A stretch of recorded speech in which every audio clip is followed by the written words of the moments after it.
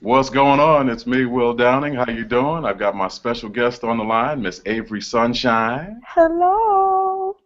Miss Lalah Hathaway, Hey, and the one and only Mr. Phil Perry.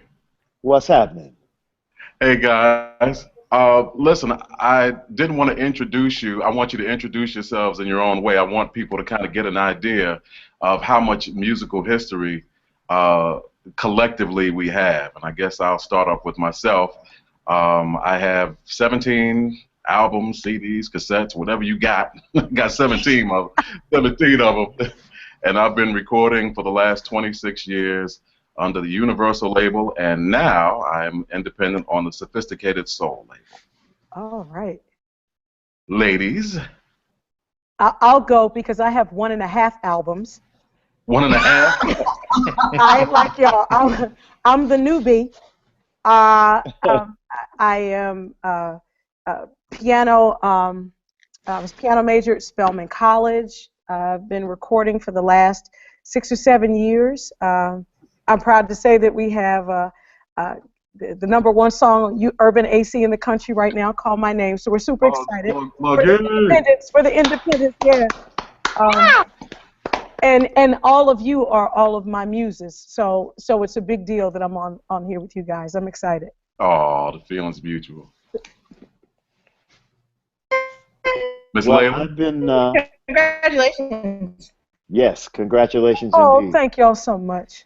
So, my name, yeah, and a student of music all my life, and then the grandchild of musicians and the great-grandchild of musicians, and I've been a musician all my life. So, and my principal instrument is my voice.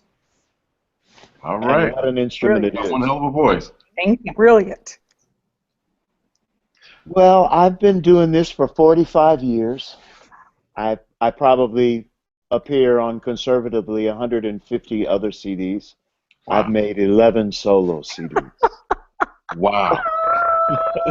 Jesus. My God. So, Had to keep that pension and welfare rolling. You I know know what you're right. Shoot. well, it's a pleasure to have everyone here. Basically, the topic of the night is, and first off, this is the brainchild of a good friend of all of ours, Mr. Ashley Scott, who came up with this Hey, everybody. concept to basically somewhat educate people on what we do. I mean, a lot of times, and I can speak for all of us, we get stopped by young up-and-coming artists, and they always ask, how did you maintain your career? How did you maintain your voice? What can I do to make my thing better? And we decided tonight to just kind of talk with everyone regarding what we do and how we do it. And I can speak for all of us, when I say that. What I'd like to do is, first and foremost, if you're a vocalist out there and you want to record, it just in singing in general, I think one of the most important things about being a vocalist is breathing. There's no more important thing to me as far as being a vocalist is breathing. And people ask, what do you do to warm up? For myself, I do a very simple exercise that was taught to me back in high school. And it basically goes back to elementary. It's your ABCs. One trick that I do, or one thing that I do to get myself warmed up, and I do it every day, is I say my ABCs, and I sing them. And I kind of do it like this, and I'm going to ask each and every one of my cohorts here to kind of give something that they might do to warm up as well. For me, I kind of just do my ABCs. I'll say A B C D E F G H I J K L M N O P Q R S T U V W X Y Z, and then I'll go up A B C D E F G H I J K L M N O P Q R S T U V W X Y Z, and I keep going. I keep doing that sort of thing. So I would like everyone on the panel to kind of share at least one thing that you do. You ain't got to give away all your secrets, but something to give people out there some sort of an idea of what you might do to warm up. Yeah. Avery? Yes, I know. Jumping jacks are the best for me just to get my body warmed up, and I find when I don't do those, I'm struggling. But that's one of the easiest and quickest ways to warm my body up. so that my voice feels good. And then right after that, right into some, and that's something simple. Something simple I do. Now, Avery, how long do you do that for? I mean, time-wise. You know, until my body feels like putty, and I don't feel. It's the truth, because between the children and my mom and everything, I find that I tend to be really tense, and then I'm thinking about performing and all.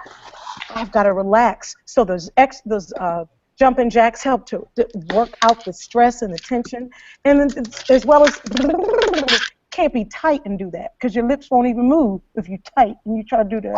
Try to do it and you're tight. I got you. Ms. Lalah?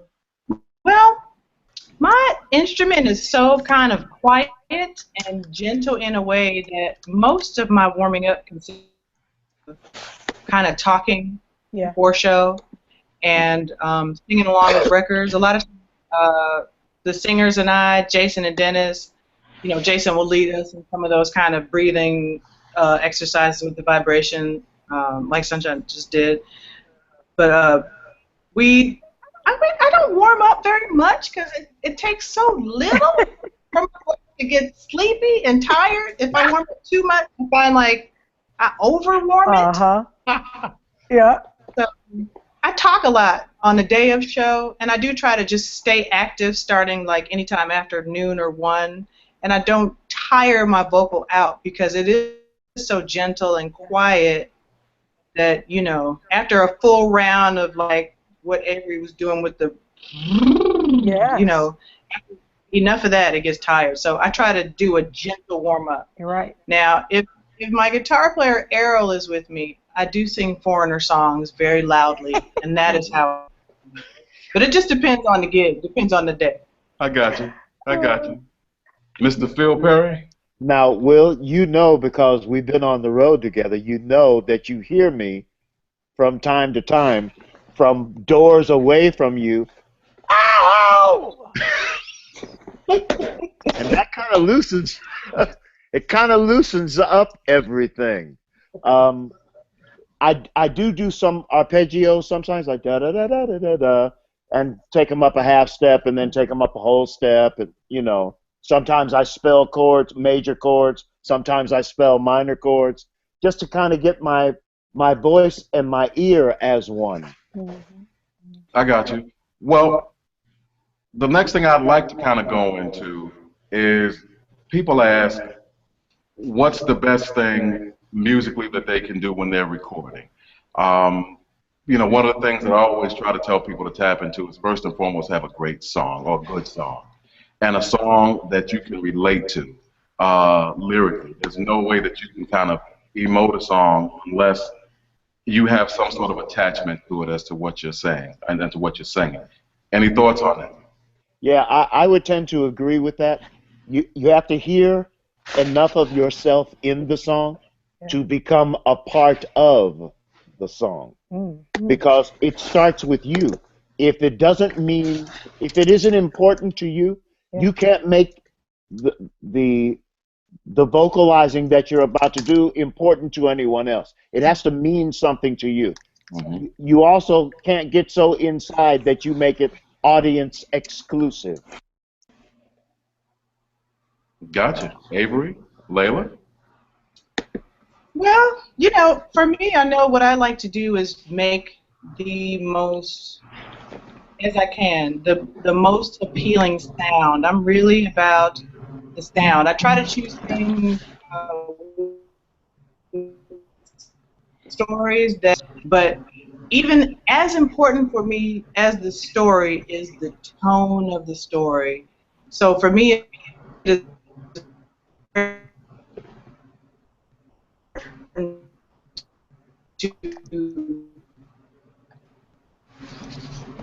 if that makes any sense. I'm really the sound of the instrument. If the lyric doesn't catch you and the story doesn't catch you and the melody doesn't, rhythm or the beat or the track, I want the actual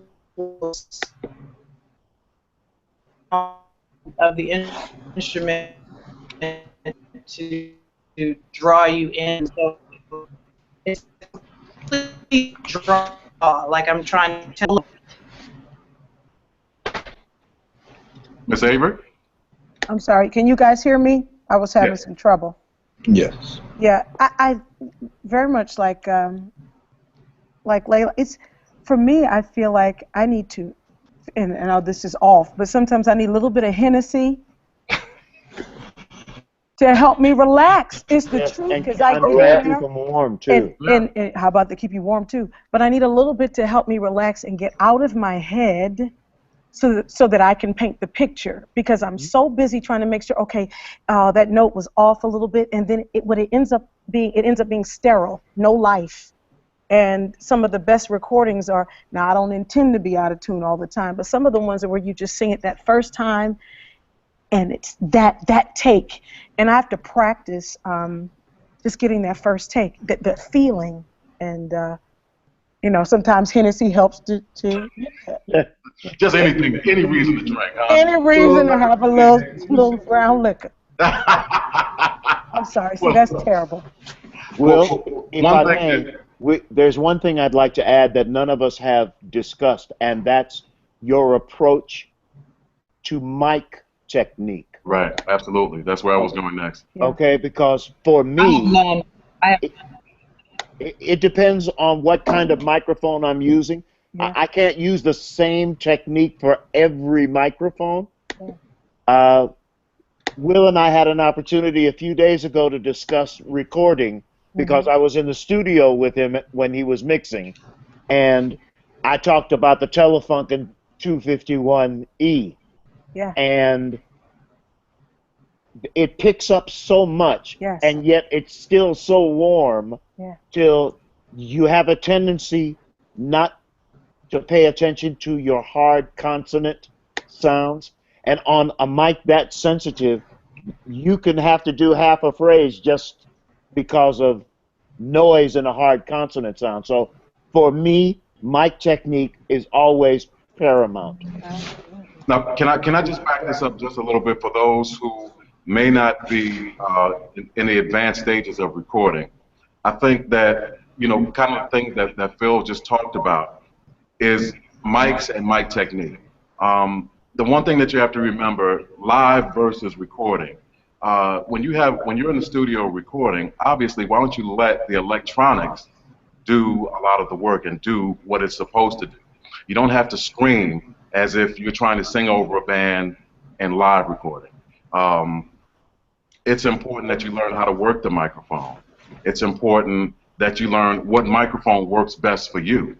For someone like me, and Lalah, I can include her, Lalah's, I consider to be an alto, and I'm a baritone bass. And sometimes with voices, as she says, hers are so soft and delicate and kind of warm and sweet. And I may not be quite in that category, but sometimes we have to use specific microphones that may bring out like a little bit more top edge to our voices to make it cut more. Right. So knowing what kind of microphone works best for you is very important. And Lalah, would you agree?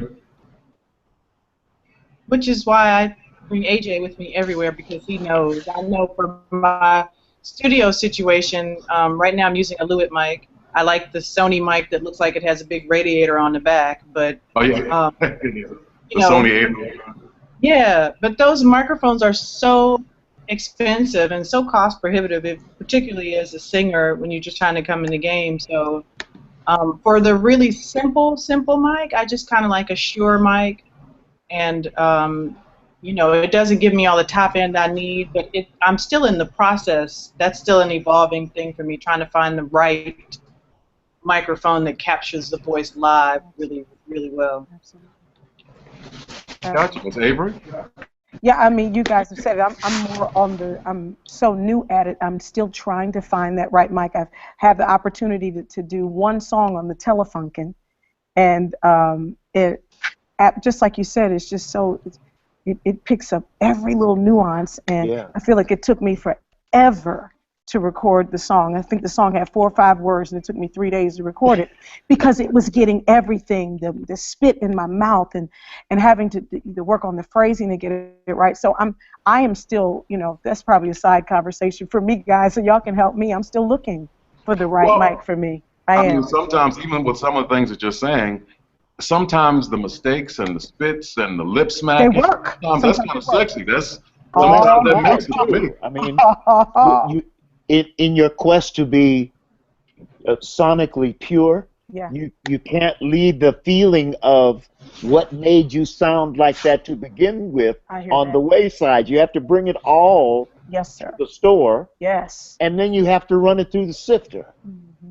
You know, Yeah. like the little gasps for air Yeah. that you might take in the middle of a phrase. Yes. You shouldn't try to angle away from the microphone and then try to angle back to it. Just stay there in the mic, and that's what engineers do. Yes. They clean up dirt inside your track. Yes. As you record, you shouldn't be thinking about is it clean or is it dirty. You should be thinking about, am I conveying the message of the lyric in a manner that's audience inclusive? Yes. Ooh. Another thing I'd like to add to that is, I mean, I listen to a lot of radio and a lot of records. And what I'm finding now for a lot of the younger recording artists is when I listen to records, and this is how I learned how to sing, by listening to records and listening to other singers. And the one thing that I'm hearing these days that I'm not really fond of, and it's not a great teaching tool, is that when I listen to songs these days, I don't hear anyone breathing. They take out all the breaths in the song. So I think that, you know, for the people who are viewing this and listening, from a production standpoint, don't be afraid to be a natural vocalist. Yeah. If you can't, if you can't be who you are in that regard, then maybe this isn't the thing for you. Right. You know, we can't lower the bar anymore. You have to come in with something. And what Phil was saying, and what we're all kind of saying, is that nothing beats emotion. I mean, yeah, we like you to be on pitch, and yeah, we like you to have a beautiful tone, but the emotion comes in the performance. And what I've been hearing these days has been so sterile. It's kind of like da da da da da da da da da da da, no breath.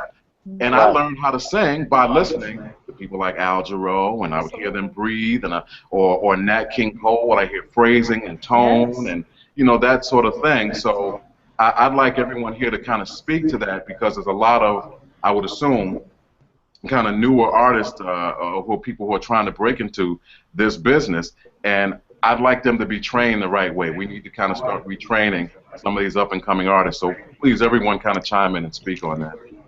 Yeah, I was going to say what I think is unfortunate for a lot of those artists that we're speaking of is that the engineers end up being the musicians and kind of guiding, or so there's someone else guiding the process, and the vocalist is just hired help, which is unfortunate a lot of times. So they do what the engineer tell. Well, no, I've had people tell me that, you know, especially when I was starting out. No, that's too many breaths. You got too many breaths in that. You sound like you need an inhaler. It's like, well, wait a minute. If that's how I sing, then that's what it is. Right, right. You figure it out. You go in there and draw some of them things and bring it down if it's too loud. But you're messing. But again, a lot of us think. I'll say this about a lot of singers: they don't consider themselves musicians, and we always make that. We say the singers and the musicians. They're musicians as well, and if we start empowering them and them getting the right training and all, I think that would help to kind of change that. And they'll feel empowered to say, "No, this is the way I sing." Right. This is how I'm going to convey the story. This is how I'm going to do it. So. Excellent. But there's such a movement to homogenize everything. Yes. I mean, there is a button on your auto-tune called Humanize. There's a reason why it's called Humanize, because what's happening to your voice is that it's being cut into the fabric of every other singer. And that warble that you hear on every record, every girl sounds like that right now. Everyone. Because that's the way. Yeah. So when you hear a record and all the notes are hit dead center at the same velocity and no breath, that's a machine. Absolutely. You could do that with a keyboard. That's right. There's something beautiful about the bandwidth of hearing a human being fill up with air and expand and let that tone go. That's the beauty of the principal instrument on the earth, which is the voice. Right. So when you take that out, you really, I don't even have time for that anymore. I want to hear breathing. Yeah. I want a little bit of spittle. I want to hear what's happening inside of your mouth, because that's the zhuzh. That's Right. where the sound is made, in the cavity called your mouth. So I go a little crazy because all the auto tuning, you know, which is fun and meant to be used in the same way that reverb was probably used as an effect. Yeah. It just takes the humanism out of the instrument. And so, yeah, don't erase the breaths. We know you're breathing. Exactly. It's happening. Right. It's happening. I know. So I think too much forethought into, are they hearing my too many breaths? Is my vibrato speed in the same tempo that the song is in? I mean, you can overthink this thing and sterilize yourself. Mm-hmm. For me, my approach has always been the same. If I don't believe it, I can't make anybody else believe that I believe it. Not believe that I like it, believe that I believe it. So wherever I have to go to get, you know, as singers, sometimes you have to reside in a dark place to convey the message of what it is you're singing. Right. Dark is dark. If you have to go there, you have to go there internally first. And you don't have it's very, very difficult to get your mood right when you're concerned about technique or breath or other things. You have to be yourself. Be the you that God made you to be. Just be committed to be the best you in front of the mic that you can. Very, very well said. Yes. The next thing I wanted to say was, especially for vocalists out there, everyone is at this point where everyone wants to riff. Everybody wants to show that they can do vocal acrobatics. I think that in recording a song, one of the more important things as far as song structure is concerned is to establish a melody. Establish the melody, and also when you get to that first chorus, just sing it straight. And that's my opinion. You know, no one's going to learn a song. And plus, all the great songs that we've sung over and over and over again, they're great songs for a reason. It's because they're catchy, they're melodic. You can sing along with them. When you get up and you're trying to do all your vocal acrobatics, there's a lot of people out there can riff and riff and riff and riff and go, but they can't sing a song. And to me, that's one of the more important aspects of being a recording artist. Can everyone else kind of speak to that if you feel the same way, or you might feel, you know, something completely different? Well, see, for me, Will, I would have to agree with you because I never heard anybody sing along with a riff. they do now, though. People try to harmonize with riffs. They sure do. Okay, but I haven't seen anyone in concert that was doing a 16th note trail at the end of a phrase and the audience sang that with them. Right. No, the connection is made by the intention of the individual making the statement. That's where the intention lies. If you want to show people how many 30-second notes you can fit inside a bar, maybe you should have been a horn player. Why am I not tweeting this? Why am I not tweeting this? Somebody get my phone, please. No, baby love, because it's true. I mean, it's the truth. Think about it. When we were coming up in the industry, let me make this a little exclusive. When I was coming up in the industry, the standard by which you were judged was not only singing the melody, but singing it in a manner that was audience. I keep making this phrase, but it's so important. If you're making music for musicians, that's one thing. If you're making music for people that just consume, you have to allow them to be inclusive of what you're doing. Absolutely. And melodies tend to do that. Will mentioned Nat, and there's not one Nat Cole song that you could pick that you ever heard him do a riff in. Very true. Not one. Very true. When I was young, in my youth, people thought Johnny Mathis couldn't sing because he never did any riffs. But the other side of that coin is Johnny Mathis has a 50-plus year career. So how was he wrong? Right. He didn't need to. He just delivered the melodies. Absolutely. And when people ask about that, when vocalists ask me about the riffing, I tell them that any riffing that you hear, particularly in the music or soul music, is from one place.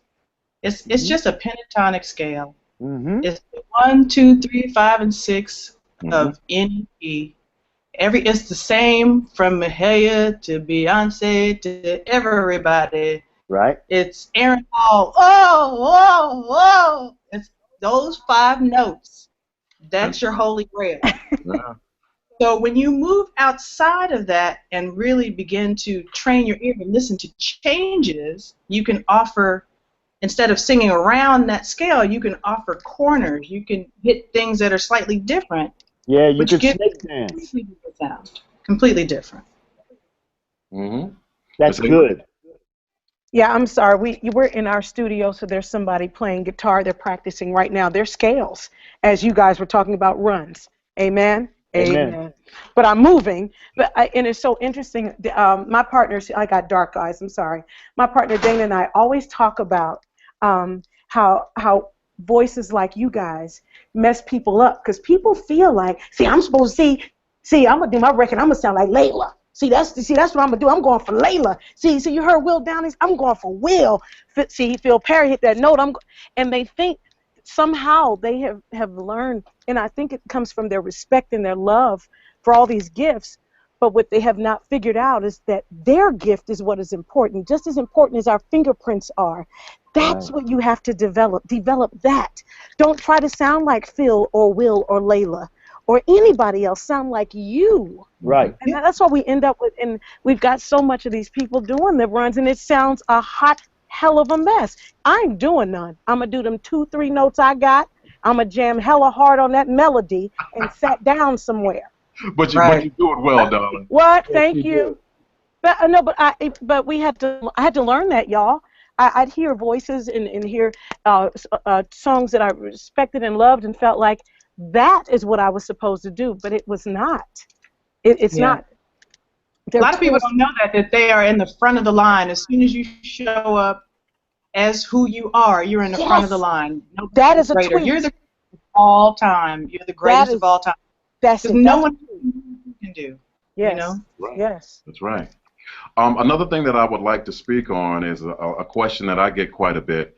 And, we've all had, fairly long-standing careers. And, Avery, I know you keep saying you're the newbie. I'm the newbie. I'm the newbie. I'm just grateful. I am. But each one of us that came in as a newbie had a life before we started recording. And I know that it's pretty extensive for you musically. So we ain't having none of that, okay?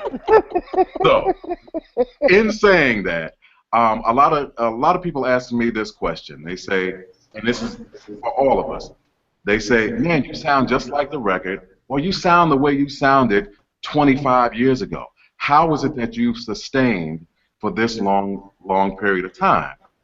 And what I always tell people, and I kind of alluded to it earlier, but one thing I always try to tell singers is that let the microphone do the work.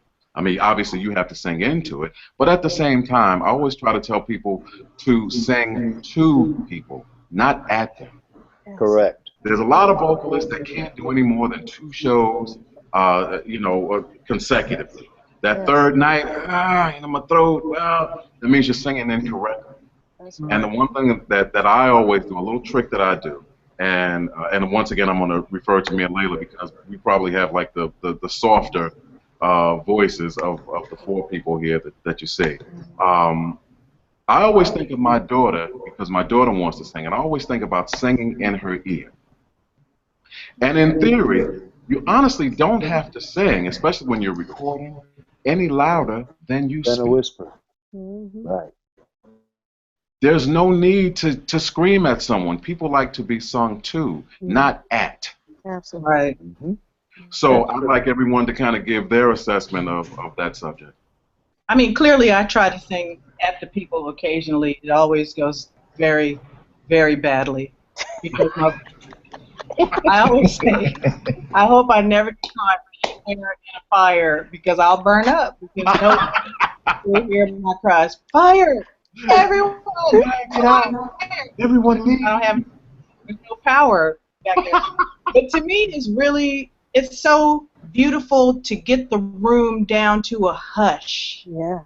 Like really own the room at a hush. Yeah. It's just like I'm having an intimate conversation.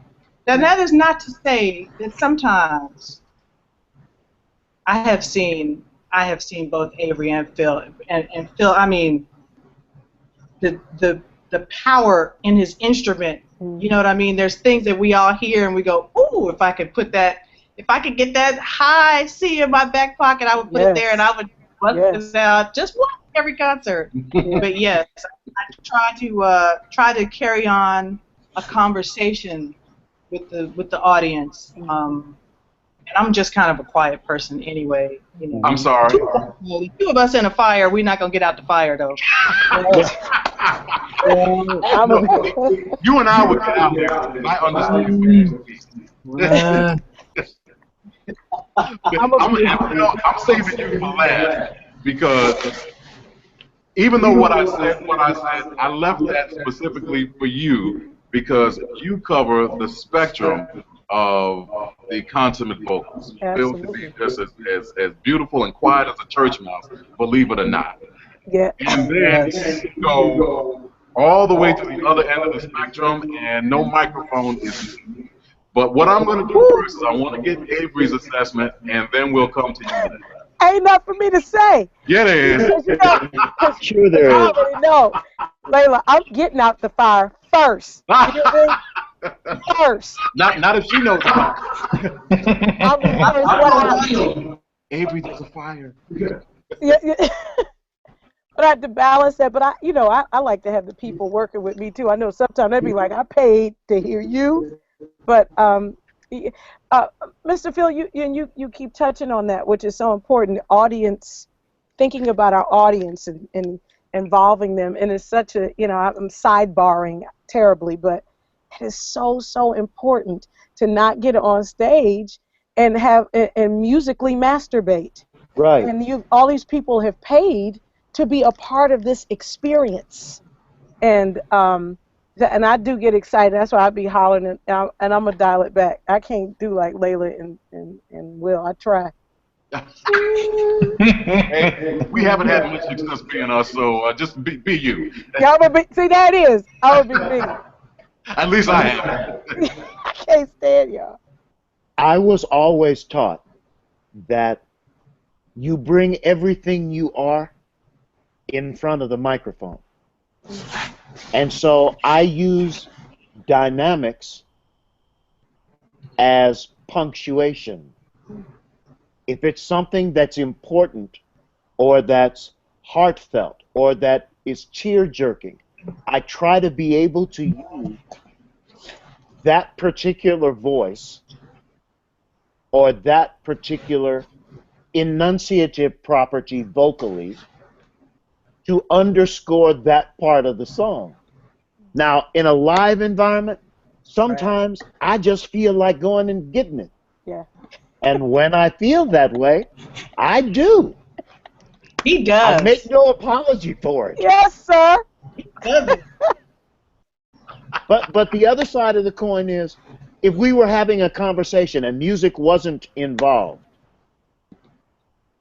we would use punctuation in the way we speak. So I like to use a sense of dynamics, whichever on either end of the spectrum, to be the punctuation of the content therein. Teach. All right, say that. Yeah, you're teaching tonight. Yes, you are. Yeah. Another thing I'd like to speak on in regards to recording is you have to have vision when you're recording. When you're doing a song, don't feel that you need to do it all. There's beauty in leaving room for the next person. That's what That's what songwriting is all about. That's what performance is all about. Even though you may be the centerpiece, don't feel that you need to be over the top with what you do. Have some vision. Leave some room for a guitar player. Or if you have a guitar player on there, sometimes you may riff against what the guitar player or sing against what the guitar player may be doing, or the sax player. Or if you're doing a duet, it's not a fight. It's not Right. a competition. You know, we're trying to get the essence and the beauty of the song. And there's Paraphrase one of my what thoughts Will. on that, and I'm going to pass it on to my panel here to find out what their take on recording a song and being what it's like to be a recording artist and the person in the forefront of the song. Less is more. Less is always more. The sparser you are in the recording, the more places you have to go to in a live environment. Absolutely. Okay? The more spaces that you leave in your recording, the more contemplative space there is for your listener. Mm-hmm. Mm-hmm. Absolutely. Miss Lalah? He said Contemplative space. Oh yeah, That's what I'm talking about. That's that breath. Then I tell the instrumentalist this as well. Free. Stop touching your instrument for a moment. Feel free to take the horn out of your mouth or pick up your hands. Just breathe and have the conversation. And that's with the audience as well. But I like the way that you put that contemplative. You're so cool. Yeah, he be using the big boy words. He's teaching. He's teaching tonight. Miss Avery? Y'all have said it. I'm telling you, that is it. That space is such a big, for me. And I think it is to talk to you guys about, because I've listened to y'all's music. I've been a student of y'all's music, and to hear you say that, stop and take the time to breathe. Mm-hmm. That's heavy. There's not much else you can to say to that. Give everything. Ladies and gentlemen, Will Downing. Yeah, you know what I mean. Yeah. What else do you? No, listen. I mean, these aren't tricks. These are just the basic things that we've learned from recording and singing and whatever it is for this long period of time. It's nothing. There's not more important of a thing when it comes to a song than the lyric and hammering it home. So what I also try to do is tell people, especially when you're recording, is to enforce and to reinforce the hook. Don't be so anxious to sing all the riffing, and I hate to keep going back to that, but a lot of times, sell the hook. Everybody knows you can sing. Sell the hook. And that's the importance of doing background as well. Exactly. Yeah, I was going to allowing say, the background vocals to reinforce the intention of the content. Yeah. Right. Okay. Right.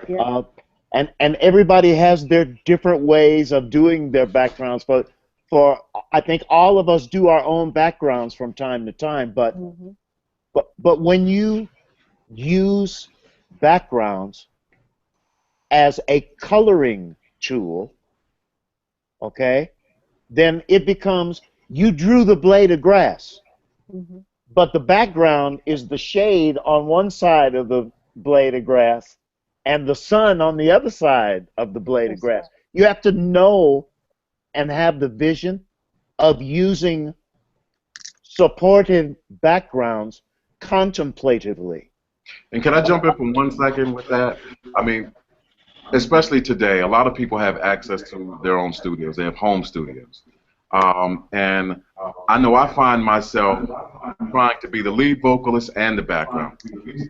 And that's something, what we've gotten away from are the colors that used to come with doing a session and hiring vocalists. Those who are new and up and coming, you guys can probably relate to this more than any of us. But we came up in a time where you would hire background vocalists and you would get a sound as a group. And these vocalists are amazing vocalists in their own right, but they work collectively to get a great sound. And that's something that I think that we probably need to go back to give a little bit more variety and a little bit more color to music, especially in R&B, because Right. we were the kings and queens of it, and we need to go Absolutely. back to that. Yeah. Layla, I would you like to agree. speak on that at all? I I agree. think you still are the kings and queens of it. Oh, thank you. Yeah, I I agree. love. To me, the backgrounds for me are just another extension of the lead, and so what I'm interested in doing is um, creating the bed, creating the foundation for the vocal to have this beautiful lush. You know, I'm into this kind of lush vibe where it's this aural kind of. I'm literally trying to paint a picture. I'm trying to create colors. So sometimes I go in and I think, okay, what color do I want here? Not what notes. How do I want this to sound? Or when I work with producers, I ask them, you know, what color do you want this? What texture? Do you want it crunchy? Do you want it chewy? Is it blue? And it's very important. It's the whole landscape of how you paint a visual picture, how you layer the vocals is almost my most fun when I'm in the studio. That's like such an art to me, and it's so much fun. Mm-hmm.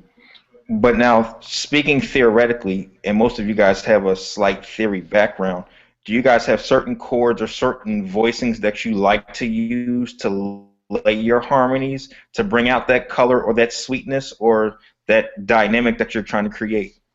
I was going to say, for me, the song dictates that. The song kind of dictates where it's going to be and what it's going to be, you know. Right. But yeah, yeah.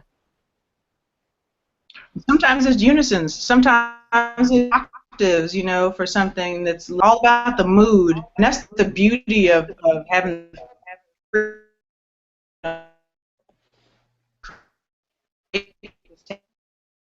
it can be whatever you want. There doesn't. It's just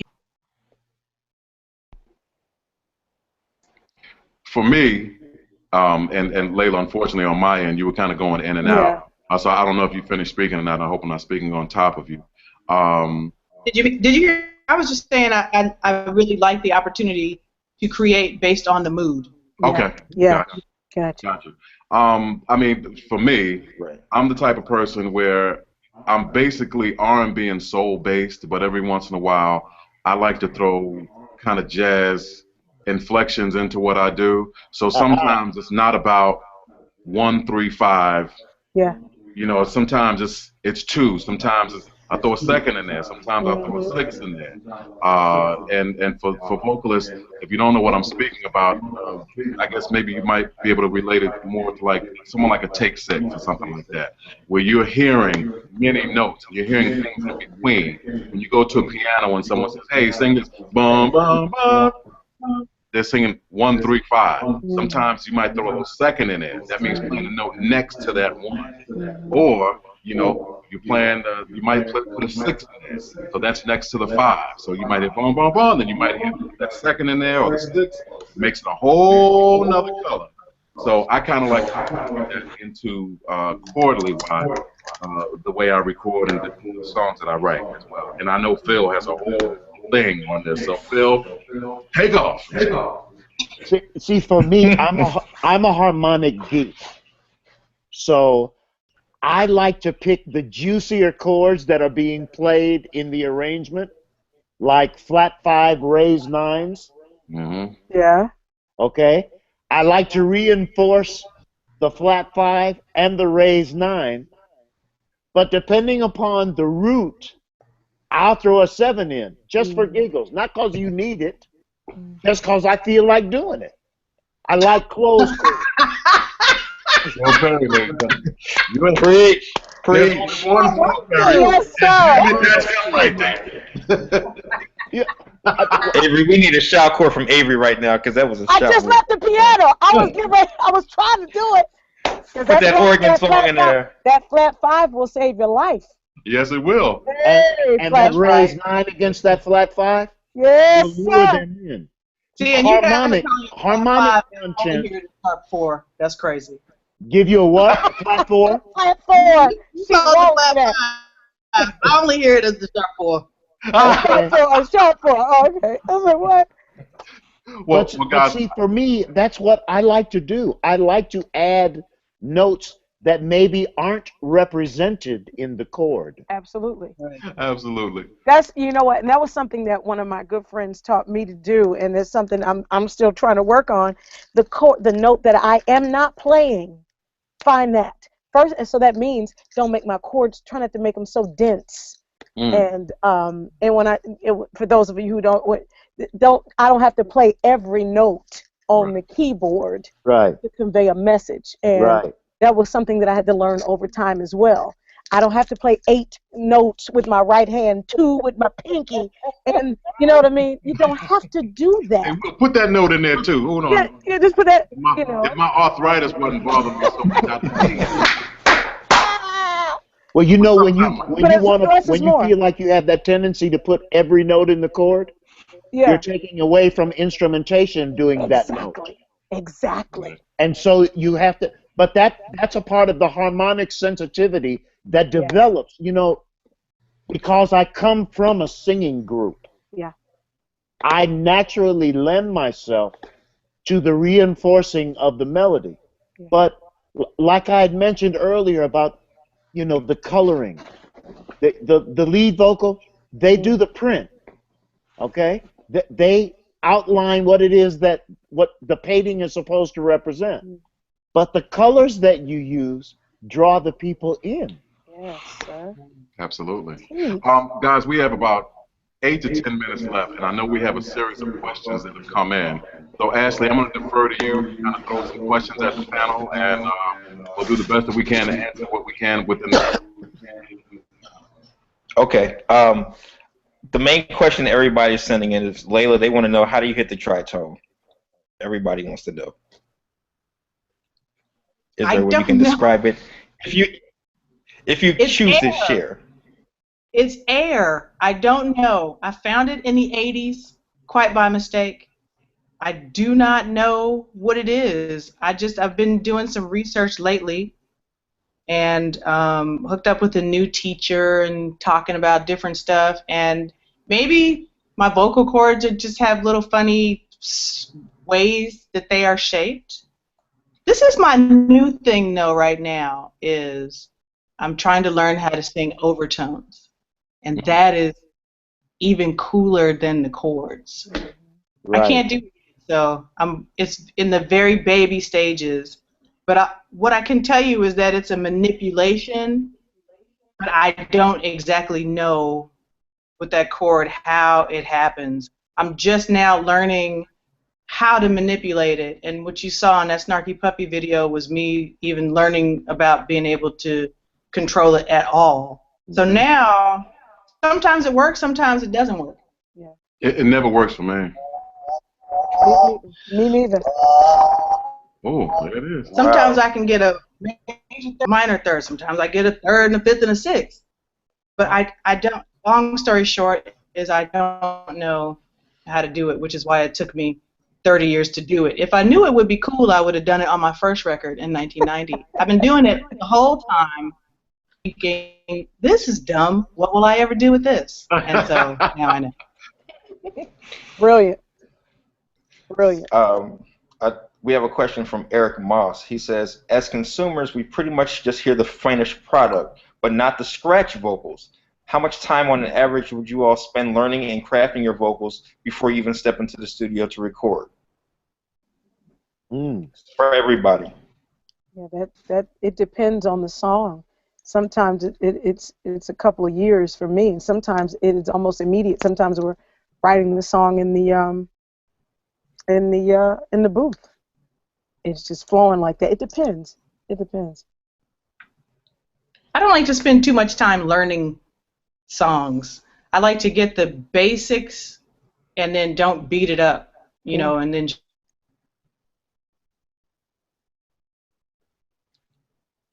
Brother Phil? For me, it's pretty simple. I'm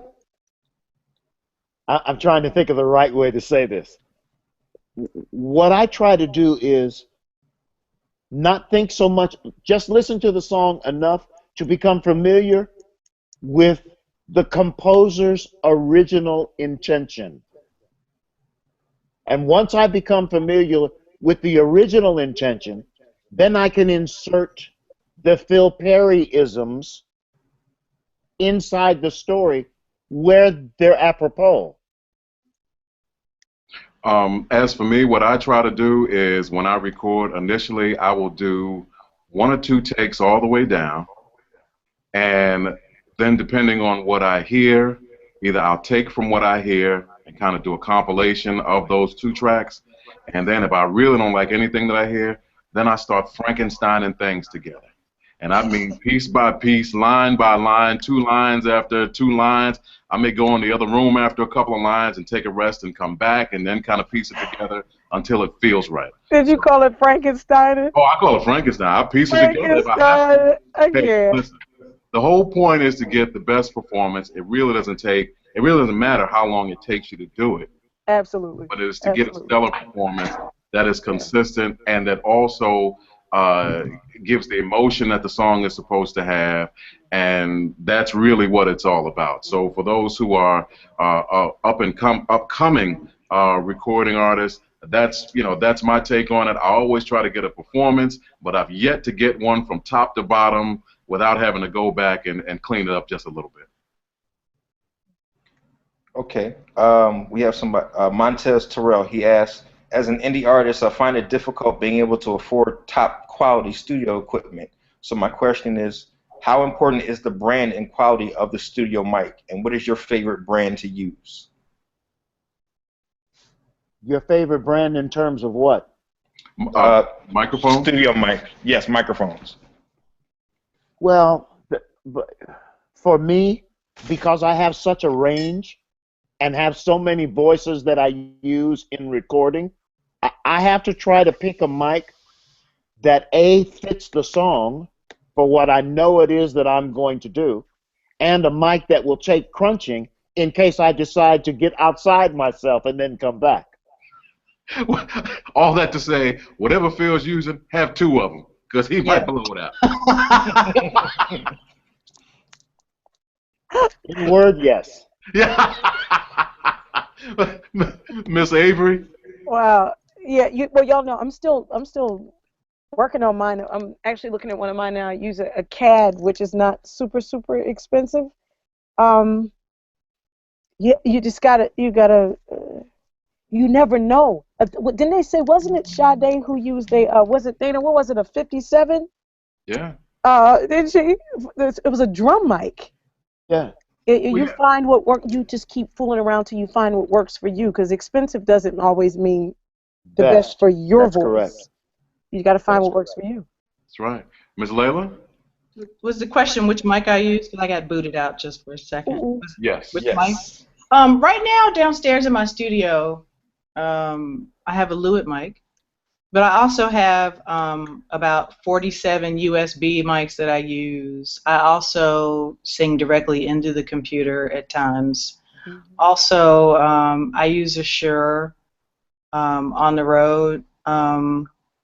I don't really deal with the mics in the way that I kind of am getting ready to begin engaging with the mics. I kind of let whomever I'm recording with decide on the mic.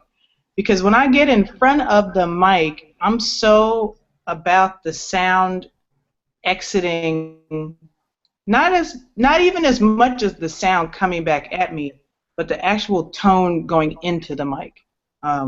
So yeah, the Lewitt is the mic I'm using now, though. Okay. And for me, I'm a Neumann man.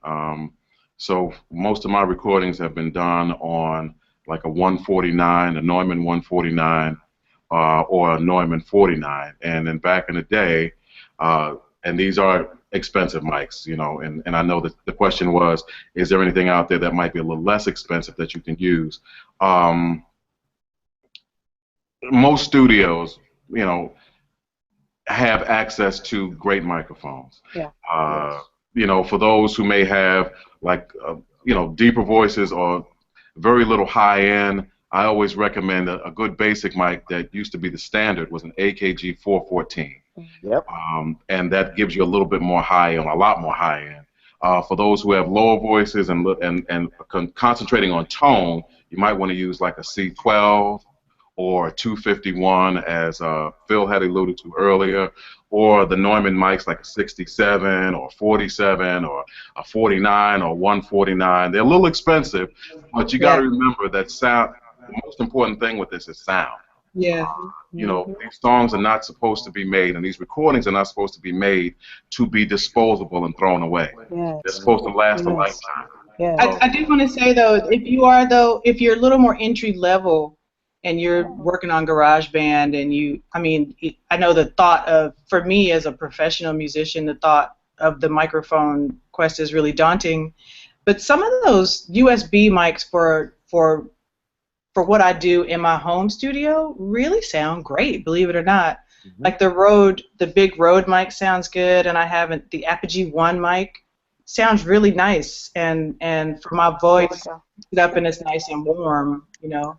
So I think some of those things are definitely options as well. But also, the most important thing is what's going into the microphone. Mm-hmm. And, you know, Lalah, you have one of the most incredible voices that I've ever heard. So it's not necessarily about the microphone itself. Exactly. It's about having the ability to sing. Exactly. So I wouldn't be too concerned about the technical aspect of it for those who are listening. Yeah. Learn your craft. Mm-hmm. More so than anything else. That's practice. Right. That's it. Practice.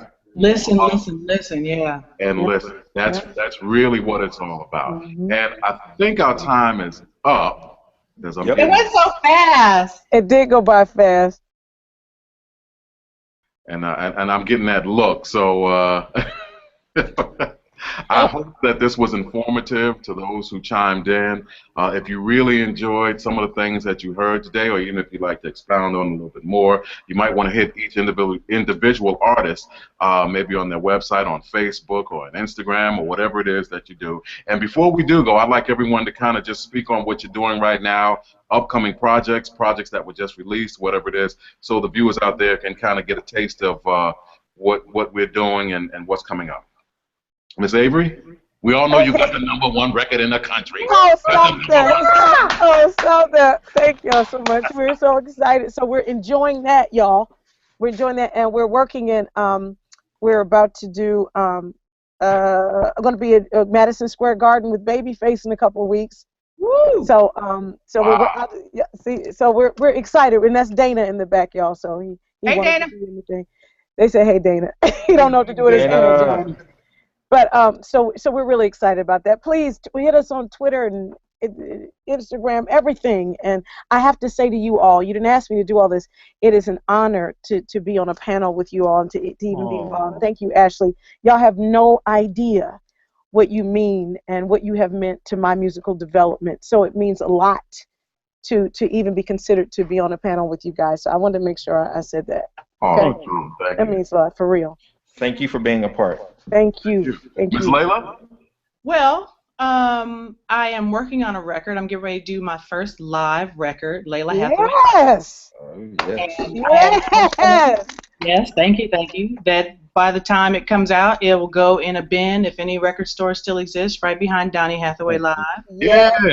And I'm doing it on Pledge Music, so you can hit me there at pledgemusic.com/Lalah Hathaway, working on that.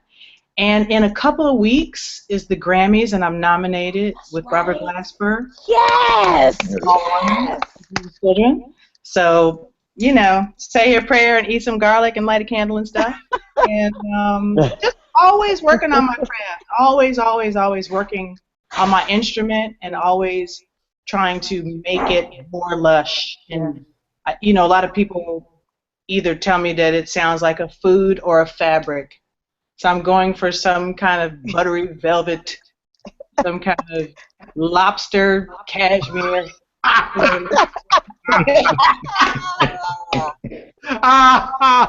love it. Big Daddy, what you got for me? Well, today I released my 10th solo CD. Oh, it's called Forever Man. And I don't have a #1 record in the country yet, but I have the #1 added smooth jazz song this week.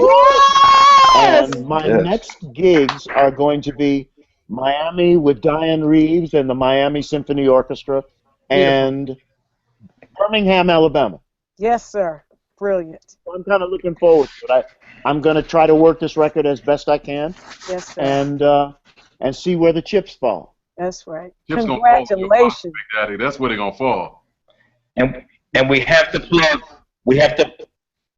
to plug Phil's new website, Phil Perry Music, very much. Yes. Right on. Absolutely. And as for me, Yes, well, sir. I'm about to release a single probably within the next month from my 18th album, which Golly. is Chocolate Drops.